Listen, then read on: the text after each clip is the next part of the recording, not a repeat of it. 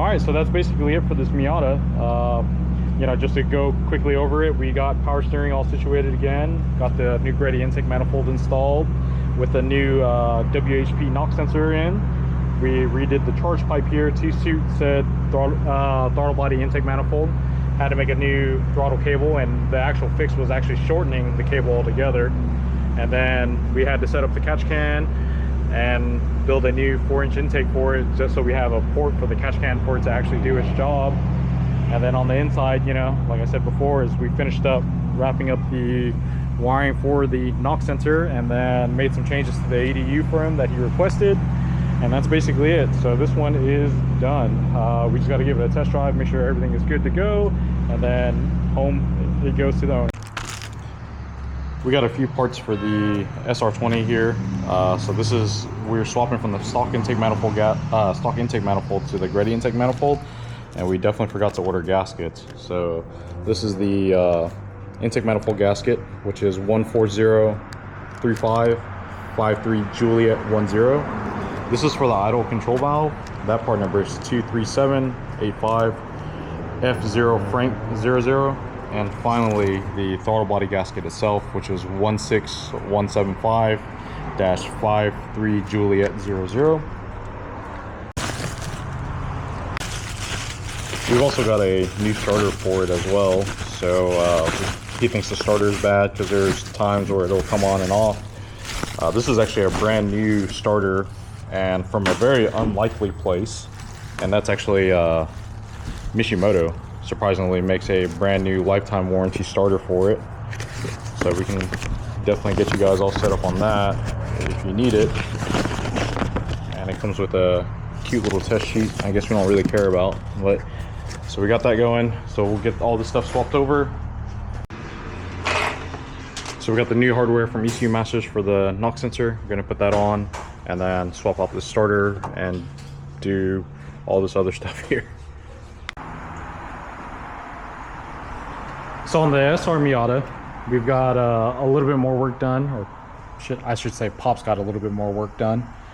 So we're gonna make a couple of changes here. So as you can see, the Grady intake manifold is on. So we were in the middle of doing the oil cooler install, which we got mounted, I think, in a pretty nice spot. It's right behind the intercooler here. So it looks really close to the intercooler, but there's actually a small gap in between them, so it should be fine. So on the old setup, it had regular AN line.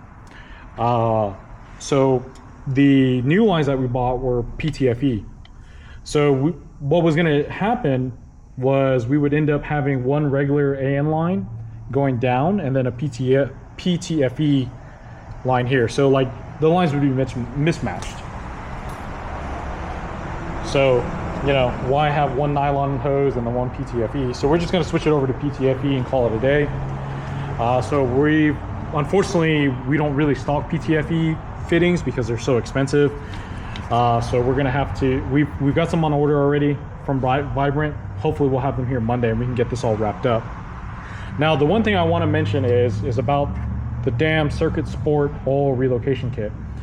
So the hoses are actually flip-flopped. So imagine you have two of these, right? So the center hose goes to the not center hose, and then the center hose on this side goes to the not center hose on this side. So it's crisscrossed. So the way we have it is the in into the motor, right? So the center port in there is going to go to the cooler. So oil should go through the cooler. It should get filtered coming out of the motor, get filtered, go through the cooler, and from the cooler, it'll go back into the motor. That's how it should be set up. Now, as you can see, so that's sorted. We're gonna redo this as well. So the factory intake manifold, as you guys know, like curves over. So this line looked okay. But now with it just kind of draped over here, it doesn't look as good. So we've ordered the correct radium fitting here and some AN, and we're gonna switch this over to nylon AN line. And if everything goes well, what's gonna happen is we'll have a quick connect to a 6AN. It'll go 180 to go down, then it'll go underneath and then come back up into the rail. And so that's gonna clean everything up a little bit. We've got A couple hoses we need to hook up. We have to run the wire for the knock sensor here. So the knock sensor is in and installed. I've got some power steering fittings coming. I guess this one blew out a power steering fitting before, or blew a line, I can't remember, but he didn't have a belt on the power steering, so we got that coming. Let's see what else here. We still have to install the catch can. We've got a new old dipstick tube coming. We've always been fighting with this damn dipstick tube. He ordered one, it's gonna be on the way here, and we're gonna try to see if we can get it to come out the factory SR style here, to come up, and then that way it's away from the turbo. But other than that, I think we're on the up and up. So the front bumper was a complete pain in the ass to do, but it's already off. So all we got to do is get it on. We got a couple of sensor wires that we need to hook up. The fan relays here need to go somewhere else. So they used to be mounted like right over here. But again, because the intake manifold was folded over, you had space here. But now with it coming out this way, it's not going to work. And of course, we've got intercooler piping that needs to be done. So the old intercooler pipe obviously is going to be too short. So we're going to have to get something to work that all over. But all right, so on the Miata, we got the oil cooler mounted and the hoses ran. We had, I mean, man, we had to fight a lot on these oil cooler lines. The problem is that it's hard to see it from right here, but there's a ton of wires on the side, so there wasn't like a lot of space that we had to work. And the thing with stainless steel braided line is that when they rub against something, it's like sandpaper. It'll rub all the way through it. So I mean, like, it was touching the alternator and the starter and a ton of other wires.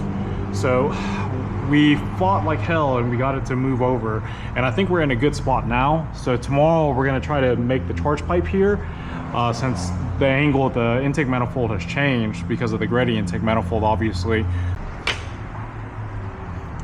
So we're starting to wrap up the SR Miata. So today is fab day. We are having issues with the throttle cable bracket because, one, it doesn't line up, but even if it did line up, the cable is not set up correctly.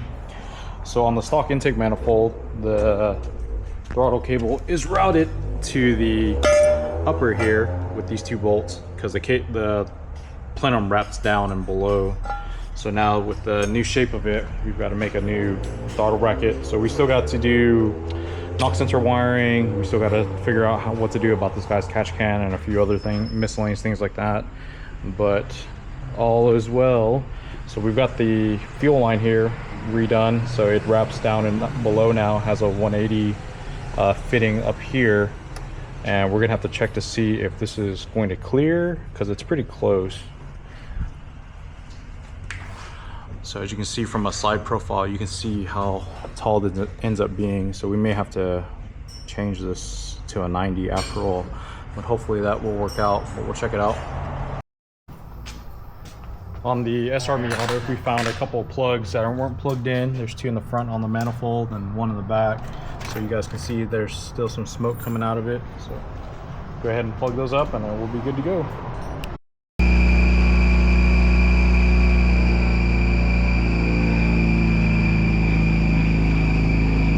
Oh snap, we got power steering.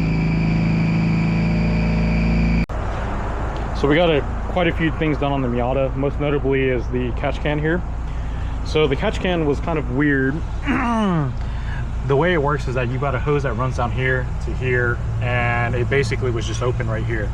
So in order to add a catch can, you actually, the way it works is that you have this hose coming up, then from here to said catch can, and on the other side catch can into the intake, which is why we built the intake.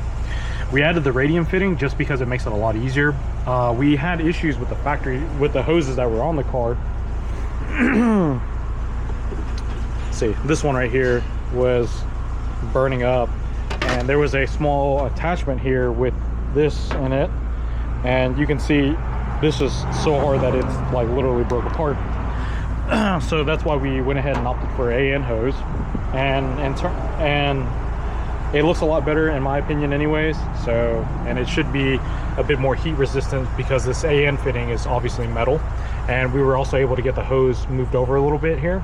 And the reason why it's like it was real funky before was just because of like the length of the hose and how it had to be bent. So we ended up bending the metal nipple down there a little bit further just to get this nice sweeping bend into it. So power steering is fixed. We're still a little iffy about this belt though, so I'm not sure if it's an issue with the belt itself or something's not lined up right, but that might be an issue with the ATI damper. I'm not really sure. So we got temporarily have power steering together. We just got to figure that all out. And then the last and final part here is the knock sensor. So the knock sensor wiring is here. It's 2 wires. We went to the wideband one, and so what I've got to do now is just sit down and figure out the wires, the wiring diagram for the knock sensor, and see if we can tap it in there. So what makes me scared though is that this wire is shielded, and you know, the shield has to be grounded on one side, and even if we attach it here, I still have to split the shield and ground it somewhere. So not the end of the world, but also not ideal, but you know, we can definitely make it all happen. So we got the knock sensor wiring done. So we got that into a DT connector. Originally I was going to hardwire it, but you know, if we ever have to pull the motor again, or whoever has to pull the motor again, it'd be nice to be able to disconnect the knock sensor like you can from the factory. And so now I'm working on the inside of it, which is a bit more difficult just because of the space constraint here. So on your shielded wire, you technically have 3 wires. So it's 2 wires to the knock sensor and the shield. So the polarity doesn't matter on these. So one will go into the knock sensor input and the other will go into the sensor ground. Sensor ground has to get tapped in though. And this one will go to power ground. So we've got that all here. I've cut the wire for the knock sensor. So this is knock 1. And these 2 wires are going to be stripped and tapped into. This is power ground, and then this is sensor power, and the wires will just kind of tap into place here. So I'm going to have to do that off camera just because that everything's extremely tight and my head's really big, so it's just going to get in the way of the camera. So I'm going to go ahead and get that knocked out, and then we'll be back on it.